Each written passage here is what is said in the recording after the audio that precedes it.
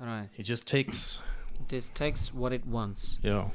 Hello. Welcome to this episode. I'm not gonna put time on it because I don't release them fortnightly or monthly. I just release them when I have them. But welcome to this episode of the Kyle High Club, and my guest for today is called Fritz Gun. Welcome. Thank you so much, Kyle. It's a pleasure to have you here. Would you mind to tell people who you are and what do you do? But don't do it. You can create a whole different story. You can be whoever you want on this thing. You can even be a fireman if you want to. Seriously. So you mean I'm not compelled to actually disclose my real life? Is that... You can do whatever you want. I'm not going to put on any restrictions onto this podcast whatsoever. So you can either be a fireman or you can be a musician that has already traveled the world and played at very cool exotic locations, which he may or may not be. Yeah, I think it's easier to just... I can testify better to what I think I am. So, yes, yeah. What do you think you are? Do you charge by the hour? If you want me to. Yeah. So briefly put, I live in South Africa, and we live in Gauteng, and so I'm South African for all, I guess, intents of purposes, and I chose the life of being a struggling musician and up and coming 10-year going up and coming musician in the industry, which is you can be as optimistic or cynical about what the industry and whether or not it exists in South Africa. It's a different question entirely, but... Yeah, that's a whole different podcast, because the music industry in South Africa is one thing, and then there's this weird niche market of Pretoria scene, which has their own little cliques, like a high school, So some people only play at this venue, some people only play at that venue, but you can't go play at that venue if that band is playing, because that band has got beef with that band. So there's all kinds of little drama that happens in Pretoria as well. Well, what's any love story without drama? Exactly, and music is love, And love is pain. And that's the power of love. I don't know. I actually... I enjoy the I wouldn't say enjoy the clickiness, but I don't enjoy the antagonism between artists, if you will. But I think it's rooted in South Africa because of, I think the pool of resources that we share and the audiences that we think we portray music to, we don't really know what we're doing. People talk about, like selling out or, I don't want to sell out myself and write pop stuff. If we knew as working musicians what it was to sell out and actually make a living from it, everyone would have been doing it. Yeah. So it's really not... If you sit in your room quietly and you think about... or not quietly... Well... Sometimes I sit quietly, if that's acceptable, and drown my tears in my pillow. Yeah. Yeah. Poor pillow. My mind's become like a sponge of salty... tears, and in the morning I wring it out like a dishcloth, and I start my day. Yeah, I'm more of a memory foam guy myself. So I like, if my pillow can tell me the next morning, you remember this? I'm still here. Your pillow remembers everything. Memory foam. But what have you? So you primarily only played solo as a solo artist throughout your experience as a musician, or how many bands have you collaborated with or have been a part with in your past? So I mean, it's difficult to say because collaborations, is a jam session in your living room collaboration or collaborating with the Antwoord. I'm just thinking. I mean, you've cemented your name as a solo artist primarily, right? So, how many known bands have you actually played with for, let's say, longer than 6 months, which you worked with together in your past? There's not. I was part of a production, like they called it a performance arts ministry. So we like toured the country and abroad a bit for. I did that for 3 years, and I mean they were a brand in themselves, really. So I was part of that in varying capacities, you know. So I guess that's one of them. Is the name relevant today? No, it's not. So, and the same with. I think predominantly I just started making music for myself to some degree. I was also part of a church. I was a worship leader for 4 years, and I guess, you know, I can't really say that I can connect my name with that. Obviously, it's not a brand, but the model is the same thing. The outcome is you make music and you have to kind of do it to the best of your ability. If I may ask, you say you're creating music for yourself, right? So the act of creating, is it something of an emotional escape, or do you create to, you know, basically calm you down? What is the act of creating for you? What do you connectate the act of creating in your own mind? That's an interesting way. Well, I think I interpret it in an interesting way. Phrasing the question like that or the statement. And it's, I think, when you say is there emotional vent or output for yourself, and am I creative in that moment? You know, there's times where I think you move into a let's say, I'm going to use the example again, quiet space or a personal space where you need to express the emotion no matter what. Yeah. So it's almost like, I want to say, a fix. You have to do it, otherwise you're doing something else. Yeah. You know, you're channeling the energy that you have and the emotions that you have, and whether it comes from a positive or a negative place, a dark space or whatever, you decide what you do with that energy at the end of the day. But capturing anything in that state of being is really hard, because you're in an emotional, I want to say, and it's not like this for all artists, but for me specifically, you know, I think the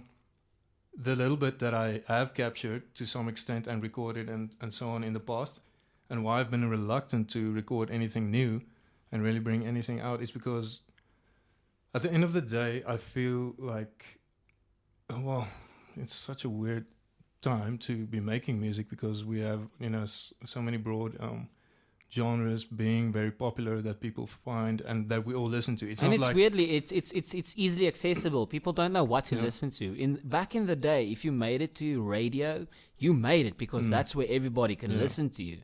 Right now, anybody in their bedroom can have a YouTube channel, go get on Spotify and put their name out there. So people, the market is so saturated. You don't know what is good, what's not good, what to listen to. So it's correct what you're saying. It's kind of a weird time to create, because who is going to hear it? Is the right people going to hear it? But should we care about that at all? That's the question. And then, well, adding on that, getting to what I'm getting to, I guess, is that our playlists look like this. Like, you've got EDM, house, whatever, those genres. You have rock and roll. You have the golden era, if you will. You have jazz. You know, we listen to all kinds of things because we can relate to all of it. You know, but what is the golden thread, if we will, that is present in all of those things? And I think it is skill is definitely one, and but something that I feel personally I want to capture and express in my music is authenticity or honesty. Yeah. Because a guy doing anything on stage, you know, or in his performance or his product that is, or his work that he's putting out there, if the honesty doesn't speak, or the irony of almost like being, I want to say, sarcastic about, we get artists that are just sarcastic about this whole pursuit of, oh, I'm so honest, I'm such a, you know. They do it kind of ironically. Yes, to I guess highlight the whole irony behind trying to find authenticity and how it's been watered down and actually become a joke in itself. Yeah. So I mean, there's a lot of takes on it, but for me personally, I feel like if I can capture those emotions, then it'll be something honest that I don't care if it's on key, I don't care if it's in the right, I don't care if it's musically poor to some extent. But when that emotion happens and you have to lay down the tracks and put yourself, well, whatever it is that you're putting out there, it's too late to prepare for that and to start working in, sick guitar riffs and licks that you didn't master. You are the sum total of who you are in that moment. So that's one way of making music. But the way we see most music being done today is, I guess, is not entirely that route. It's where you lay things down. You're in it's a capitalist cog. Like you're stuck in it. It's not. So how does there's a recipe for everything, but we forget that it's a process and it's not a. There's no specific formula. But the recipe is what pays the bills at the end of the day. Exactly. So now we're sitting in two different places again. So, living in the tensions and managing that, finding an equilibrium, if you will, in between all those things. I guess that's the. It is the question. So, how does you playing for yourself in your bedroom? So when you talk about honesty, your own personal idiolect, who you are at home, how does that differ from when you are on a stage? Do you have a tiny little bit of a persona because sometimes that will get the crowd going, or is there not much of a difference between you playing for yourself at home and you on a stage or you in front of people? There's definitely a difference depending on, I think, to have made this sustainable, where I had to kind of, I'm in a bit of an identity crisis, if I can put it like that. Identity crisis musically about who I am and what I really want. And maybe that's where most artists get stuck at and frustrated with and maybe give up in the end, or feel like their music aspirations or career hasn't really been successful because we measure ourselves on I guess these arbitrary means of, was I known by my audience for who I really felt I was at the moment? Yeah, or a persona that you try to portray. Yeah, and is becoming an entertainer and playing music for a pub where everyone's enjoying a lot of brandy, is that selling out? Is that don't you enjoy doing that? I think that's sometimes, do you facilitate the event? What is it,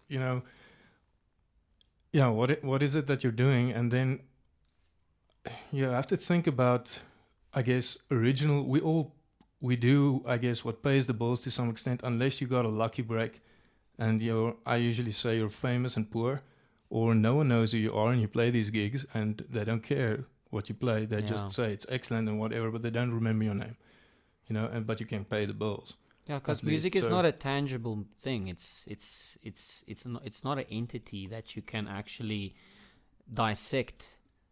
There's genres involved. There's different. They're the person playing the music. There's so much variables involved with music. So now you're in a sense of creating music for yourself and everything like that. Is there any aspect of your life where you feel, when you want to take an escape from reality, what do you, I want to say, is there anything in your daily activities where if you want to escape from reality, not music related, to actually try and build on your own emotional state or your own emotional well-being? You mean like getting through the to-do list and feeling good about what I could accomplish and actually get no, for instance, sometimes people break away and they just go clear their minds. Sometimes people just go for a walk. Other people exercise. So your mind is this little home that you live in. No one else lives in there, just you, right? And sometimes it's cluttered. Sometimes, you feel like you're in a good space, you're in a little, see your mind as a home, right? Sometimes there's a good space where you can connectate the good space as the kitchen or the living room or the veranda where you go have your coffee. But sometimes you're at a really bad space and you want to move away from it. You know, if you've got your music, but you don't always have it with you. Sometimes you listen to music, but sometimes you don't always have it. Yeah. But there are times in your life where there's some drastic changes that needs to be made. You know, major things. You know, you may feel like the world is sitting on your shoulders. You know, the world is pushing you down. No matter what you're doing, you just cannot succeed. What would you feel is the thing that you do to try and build on your own emotional well-being, if I can put it like that? Yeah.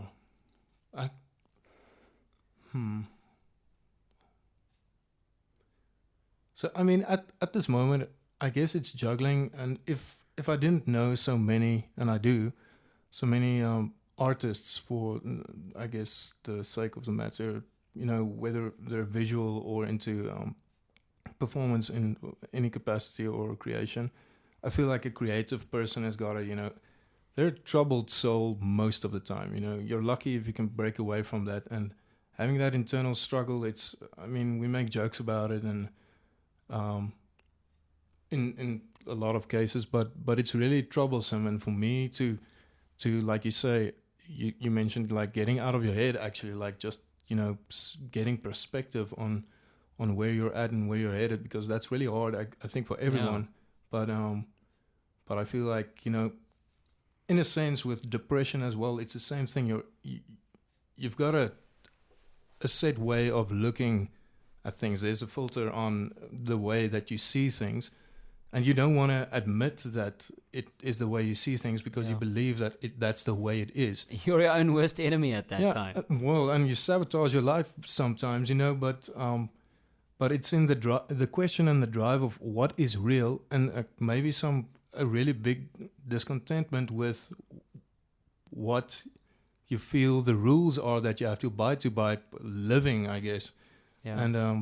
And what life is, you know. I have a lot of questions that eventually it goes into, you know, political and I guess sociological talks and things, or a direction into that, those topics, where I mean, I always ask why. I don't know why I always ask why, but I've been doing it, I guess, since I was born or something. Who knows? We all do.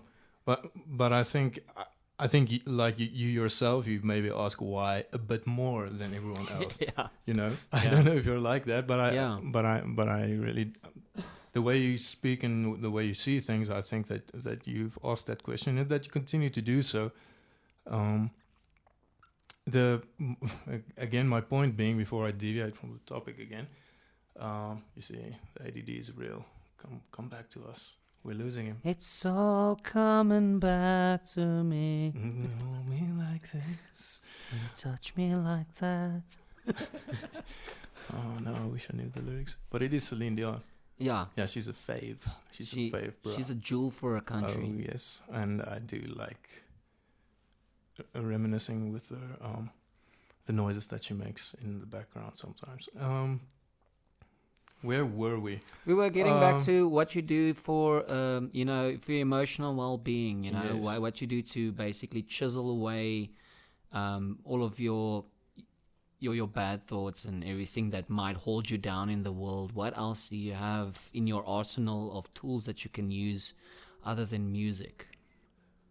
So like I say, I think it's unique for every person, obviously, in whatever situation they're in, and the phase that you believe that you're in your life as well. But if you don't know what that is, it's a confusing time. So I guess for me, it's things like just trying to get a routine down. You know, it's basic things. It's really basic things, because the why question, again, I ask it too often and I ask it too much. So I got to a place where I really had to force myself to understand that whatever stimulus and things I put in, you know, or embrace and seek out, is kind of the result of what I'm going to get, what I'm going to become or feel at the end of the day, you know. So I mean, I used to be into a lot of, let's call it heavier music, if you will, and I still like heavy music, but heavy in a sense of it's emotionally draining. It's not necessarily heavy in the genre, and Yeah, it's basically, it can be something super chill, but the lyrics are intense. Yeah, so I mean, I've veered towards that, but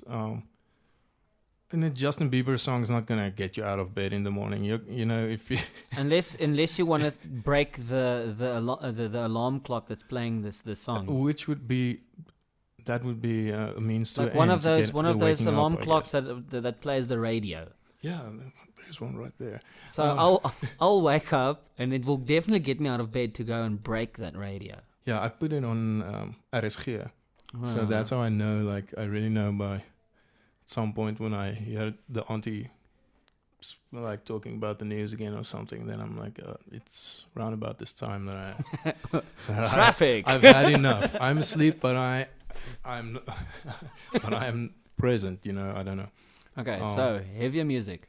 No, so I mean, I just had to get away from the troubled artist kind of, you know, depressed kind of character, because maybe we get so fixated on the fact that we've been, I don't know, broken or been through trauma to some extent, that we become addicted to that, you know, that being in that state, if it makes sense. Well, it does, because a lot of people write at their best when they're depressed. You know, that's when, you know, when the creative juices flow, because that's when you feel like, okay, cool, I have something to write about now. You know, you're not going to write about this morning I bought some bread, you know. So when people are depressed, they've got things to write about. There's a lot of creative ideas to get out of that depression that comes along with it. So I totally get that.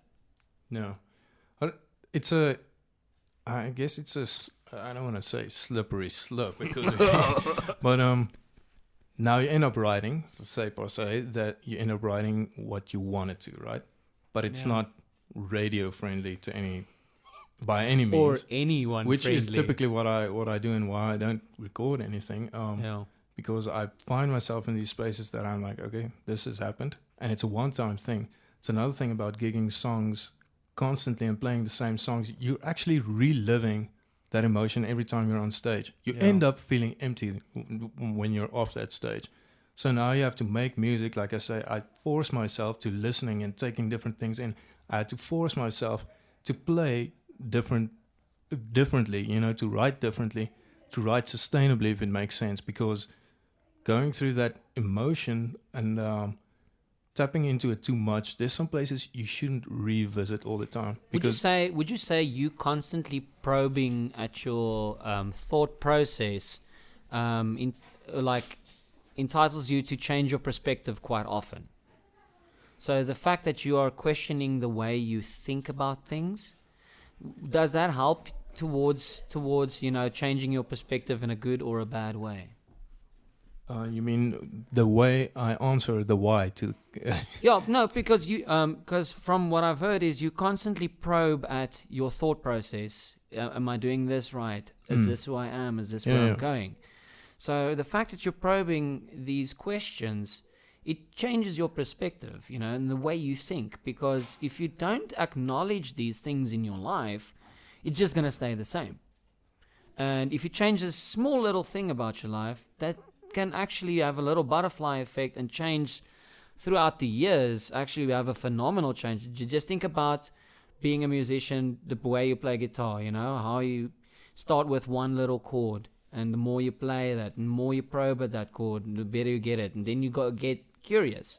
Then you get curious. Okay, wow, what are these scales? You know, you find out there are more to the fretboard. So does that translate to your everyday life as well? I mean, discovery, like Yeah. process. Basically, the way you're thinking right now is that, does it open a perspective to new, broader horizons towards discovery? It's supposed to, you know. I think, but it's a responsibility. You have to take accountability for what's difficult. You have to kind of face, face the challenges and the resistance. You have to go into that willingly. And I think it's the same for going into therapy. You know, if you're not ready to change, you're, you know. And I think that's that depression you were talking about. Not a lot of people willingly want to exit it.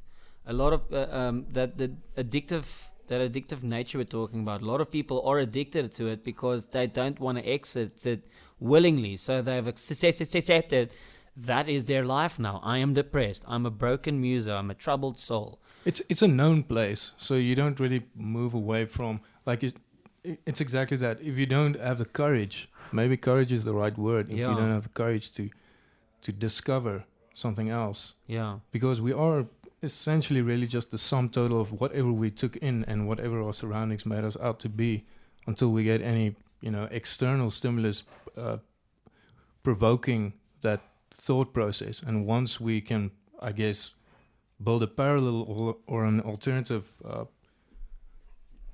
this dog, happy days. Welcome, Misha, to the podcast. Thank you. That's fine. I've got everything under control. You cannot get that tongue under control, though. Don't worry. Unlike mine. No. The tongue of the mind. Wow. Animals, bless their souls. Yeah, what if you don't have the courage to set out on a route of discovery? I don't really think, and those are actually tools. I think it's tools that you learn. If you never knew that you had to challenge that, and you only had, we veer towards, as humans, I guess, and everything else, we veer towards taking the routes of least resistance, and we make those decisions, and that's why we have the, I guess, instant culture that we do. And it's all about convenience, Exactly. So I mean, if we wanted to change the whole world or whatever it is, and why it's, I guess, virtually impossible to do so, more people will have done it. We understand that anything good comes with effort. Yeah. And that sacrifice, I guess, or challenging that in some degree. Yeah. I don't know. I say I don't know because I realize that, that these are just subjective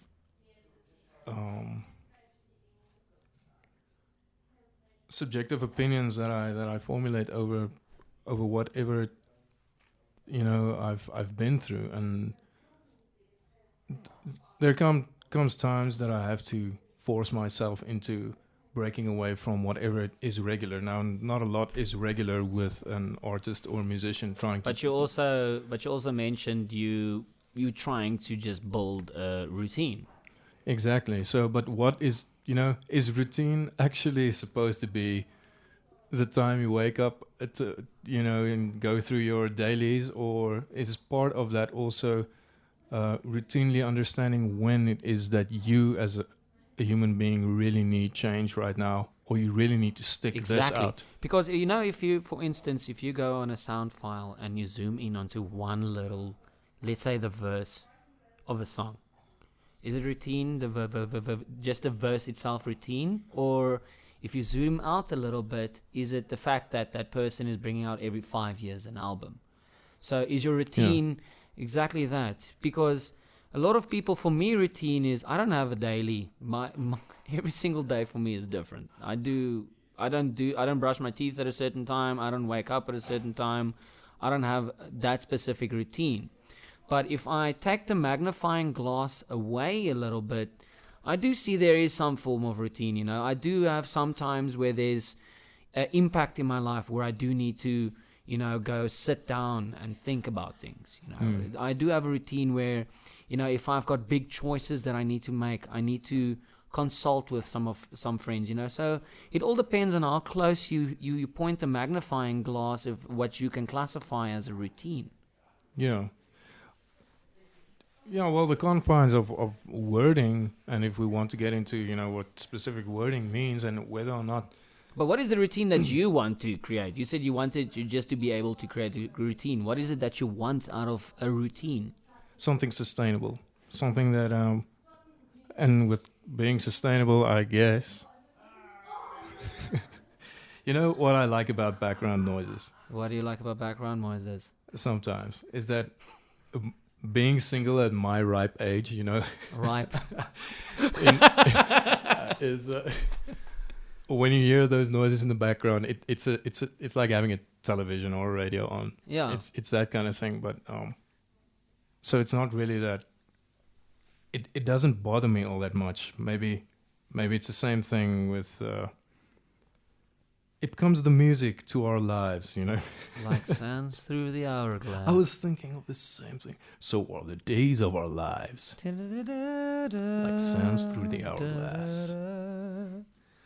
Finding something sustainable, we're asking the question again: why do we want to do it? Yeah, why do we need? What is sustainable? Why do we need sustainability? And what Is it something that you need?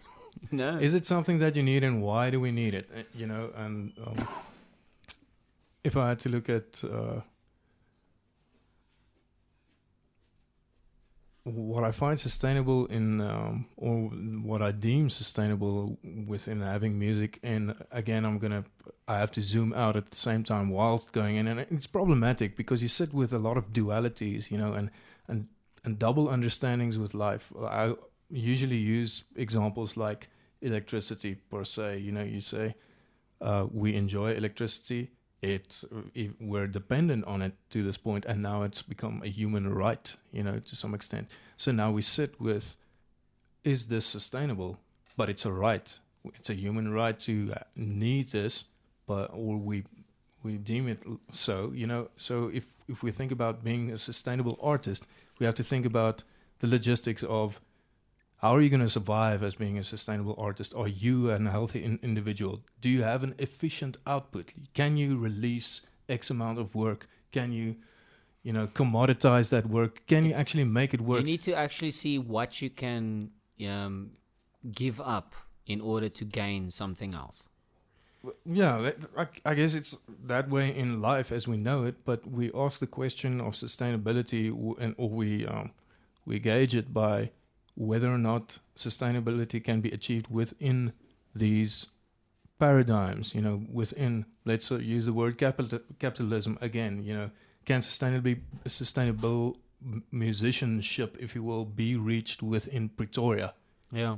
And it can, but what are you giving up? Exactly. And what are you settling for? And what are the, Because one person's perspective of, oh, you are selling out. My perspective is, I want to sell out as a muso because that means I can, sustain myself.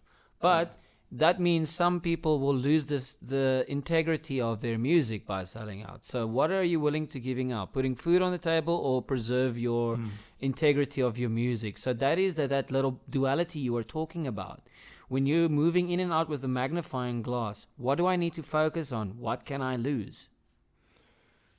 And if I have to get, if I have to focus on the word integrity, again, I ask myself on the ethics of whether or not that integrity is based on an upbringing and subculture, a culture, because predominantly, let's say South Africa, we have a situation where predominantly the largest part of the demographic is different to, say, the genre of music we'll be discussing, which is rock and roll and, or alternative or even Afrikaans, if you will. Yeah. So we can say, oh, there's no market, but we just look at the numbers and really there is a market. They have a loyal buyer's market, the Afrikaans community. Yeah, so what do you want? Do you want to become famous or do you want to be able to keep the music you're making and make it in your genre? Because that's exactly what you're saying. Because a lot of people, there's not a market. But you want to become the guy who's on TV and sells out and has, their own KFC meal, Yeah, it became the ideological image of success, I presume. Exactly. And wasn't creation just enough? Wasn't that music? Why do we add value? Why do we put value to creation and music? Why is it important for all of us to be artists? Yeah. Because I've even heard the argument being made, and I'm not entirely sure who made it, but the very act of just making a noise with your vocal cords is creation. Yeah. So can you really say that no one is an artist? The fact that I'm making a noise and you can understand what I am saying. And I mean, being tone deaf at the same time, if you can discern between a phone ringing and a song playing, are you really tone deaf? We've evolved in such a way where it's not. But also, let's say the act of creation and art, and preserving your integrity. So let's say, for instance, I have a cupcake shop, and I like the specific way I make my cupcakes, and I have a loyal client base that comes in every day, and I can get by. I've got a place to live. I've got I've got a family that cares about me, and I make my cupcakes whoever the hell I want.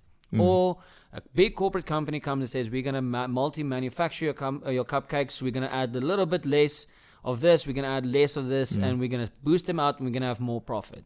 So that is exactly with any type of art, with any type of creation. You need to think to yourself, what do I want out of the world? Do I want a shit ton of money and live in luxury, or do I want to keep creating the way I would like to create, and create a holistic, organic client base that comes along with the integrity of my creation? I also almost want to pull a similarity that I've been thinking about this week, earlier this week, is I was thinking, why is it important for us, and why are we, to some extent, I guess, happier people, if you will, in smaller communities that are more integrated and, more organic, like you say. If you go to a city, or being a bigger metropolis, what you call it, like a greater metropolis. What's the word? Anyway, like the city of Townsville. I don't know what the hell I'm saying. I'm having trouble translating here. So, but if we think about larger scale communities, and how there's a lot of disconnection within it. I don't want to use an very loosely translated pattern, what's the word? Comparison between the US and, say, Urania. I don't want to do that. Damn. But there's a way of functioning within a smaller community, the people that that gives you a sense of security and belonging. You belong to that. And I guess breaking away from that sometimes when you're not content about who you are or where you came from, or you need change.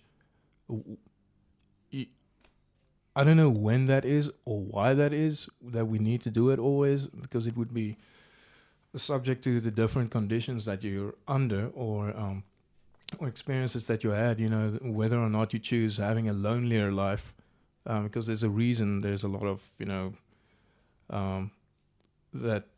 what's the word? Urbanization is a hot thing, and it's something that we do. We tend to go where we feel we're going to get a sense of belonging, and that's why I like a lot of people, think I'm joking, but I am seriously not joking when I say I'm feeling very patriotic about the Moed. You are very patriotic about the Moed. I am, but the reason for it is it's the closest you can come to a farm town in the city. There is small businesses who's been there for years. People know each other there. There is a tiny community there, but, it's small businesses that support each other, If this guy needs vegetables, they go to the fruit and veg down the road, and they support each other. And the people who live there, has been living there also for years and years, and generations of generations that's been living there. So you're already creating a culture of that belonging and community there, because they still have community bulletins. They've got outreach programs where they get the whole community involved, and every single Saturday they don't go into town, they don't go to other places. If they need to go to Macro or whatever, they go far away, but they have everything they need there in small businesses. They don't need bigger corporate companies to come in there, because they are basically, I'm using this term very loosely, self-sustainable. So it's people-centered and sustainable, if you will, or let's say positive, or we believe it's more positive, the outcome of having mom-and-pop stores, and knowing your neighbor, actually, for a change, where you when usually someone moves don't in, even you know bring your them neighbor. something. Welcome to the neighborhood. Who does that still? No, we certainly don't really. But I don't. You're on the other side of the highway, out of the mud now. So don't worry about where I live now. Oh, yeah. Well, you'll remain Ritz, I guess. I remember my Ritz. But maybe that's a sickness of the times, understanding that profit incentives became so important in that just the way if we have to, I'm not going to go back into the whole Marxist approach on why this is problematic in the first place, for capitalism to spiral into this, I guess, feedback loop of just generating profit and exploitation of resources, etc. How you want to go about it. We have to understand, I guess, moving forward as humanity, that we have to create this mood culture within a greater, scheme of things, a bigger blueprint, maybe a bigger the greater good. Bigger application of the mood. I never thought I'd say this, but bigger application of the mood principles. For my dream has finally been achieved. Yeah. And we are now going to take a short break with a mood advertentie in between. So,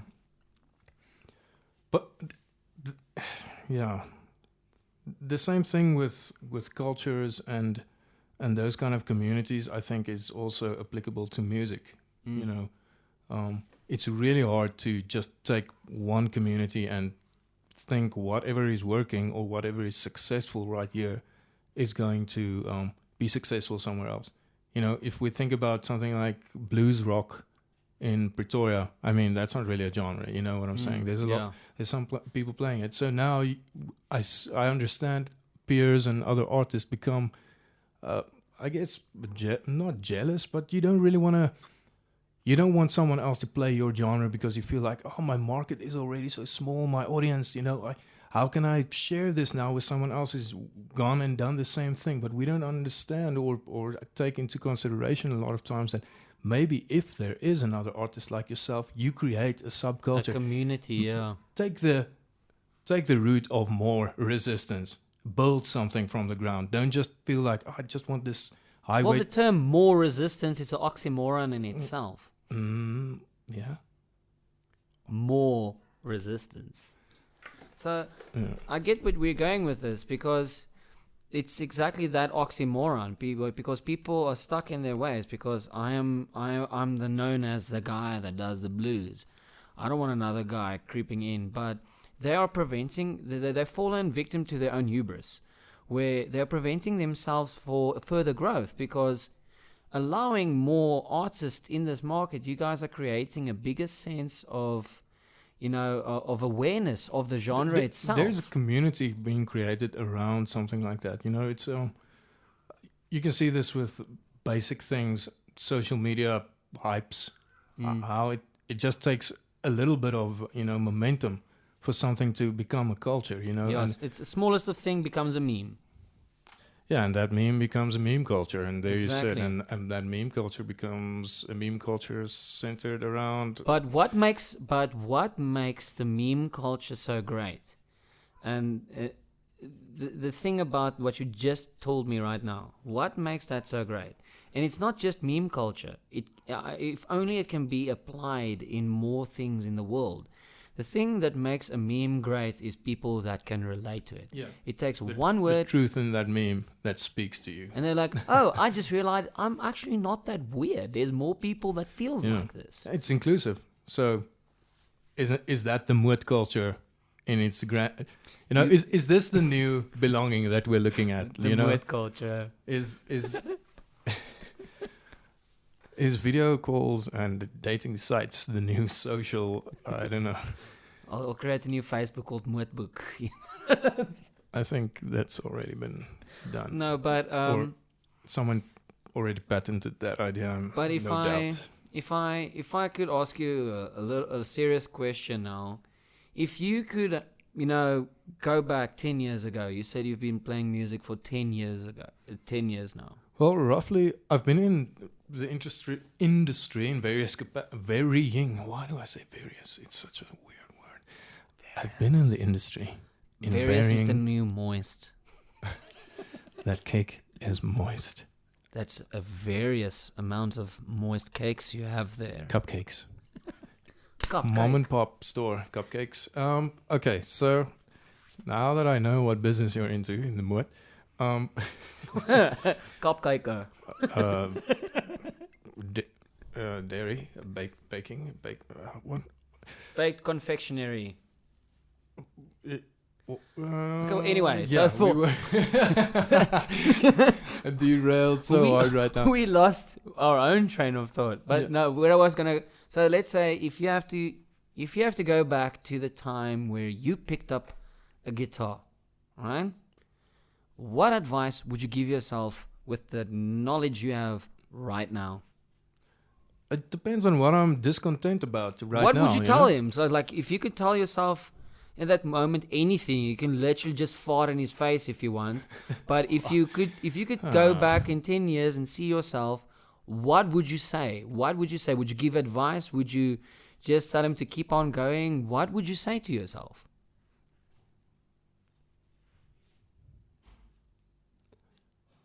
I've been saying a lot of things, I guess, ever since then. So if I haven't made the mistakes or told myself differently since then, I can't really gauge where I've been successful and where I'm going to have success and whether or not I'll ever have some things again. But if there's one thing that I guess is still true, it would be like,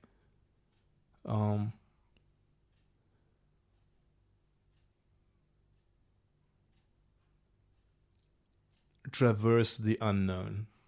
Is that what you would tell yourself? That is what I would say.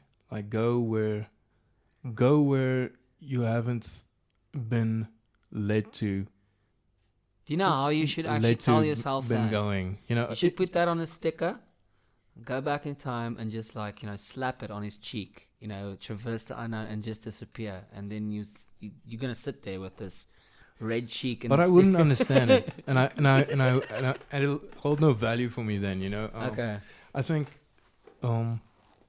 it's just that if you go for something like, I'm going to go for guitar lessons, or your kid's going to go for guitar lessons, and now you sit there, no, you have to hold the guitar in this way.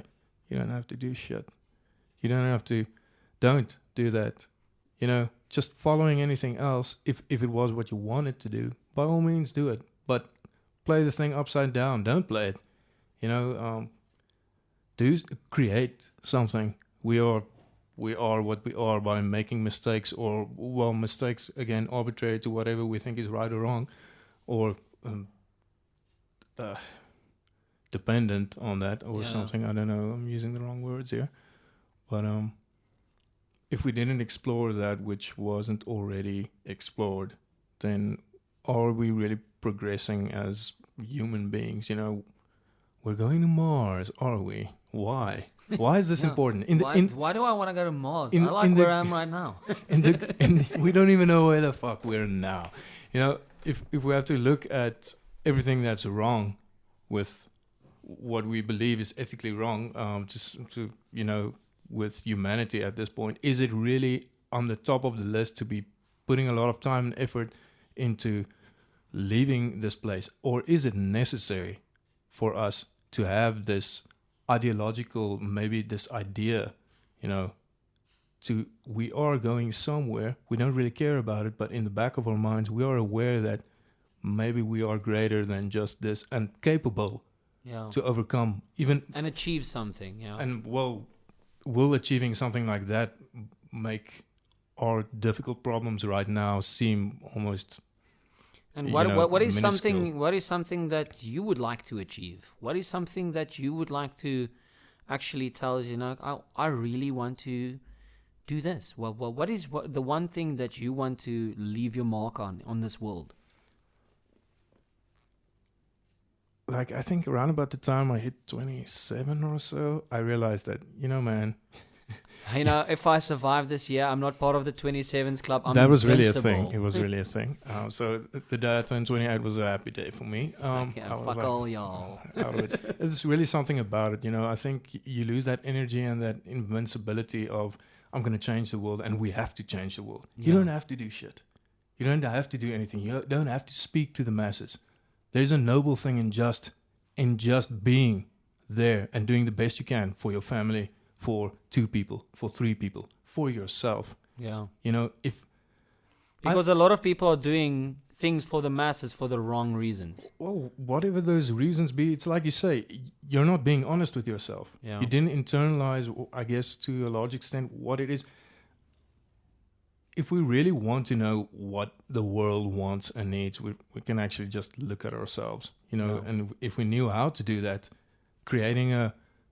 I guess, knowing how to do that sustainably, like becoming aware of having a routine and being present in that routine is I guess it's really important for yourself personally.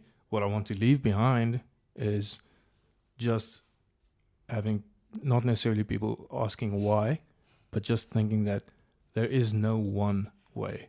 There is no one truth. There are many of these ways. There is more than one perspective. Let me put it like that, because truth is, I'm not going to go into that debate No,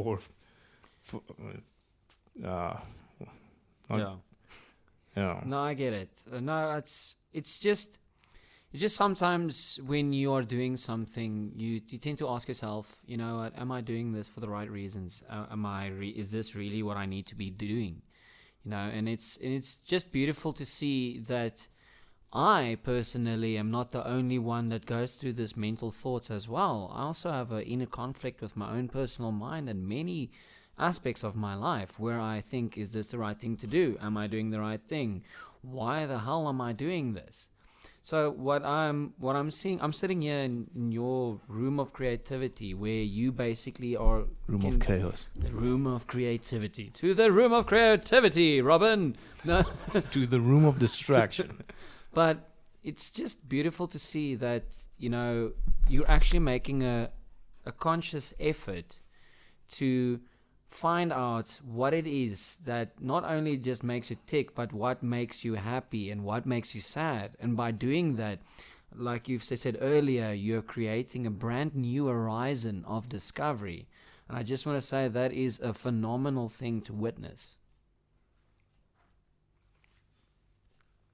I'm glad you could word it like that. To me, I personally feel like, I have to constantly battle with becoming complacent and lazy, if you will. I think even depression sometimes very often is rooted in a sense of laziness and just wanting things to be different without actually putting in effort to do it. It's a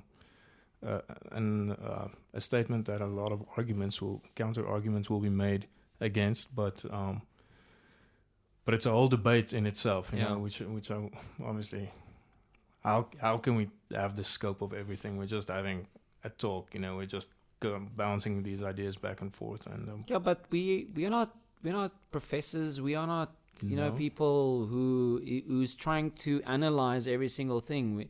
And the reason why I actually want to do these type of things is just average, normal, everyday people also just swimming through this ocean we call life, And, if there's one person this podcast reach, and if there's one person whose life I can reach at some point, I'm going to at least try to do that myself. And I just want to say thank you for actually taking your time, to actually talk about things like this to me. And I know it's not always easy to talk about your own perspective. It's not easy to talk about what's going on in your mind and times of depression and everything like that. So I just would like to thank you for that as well.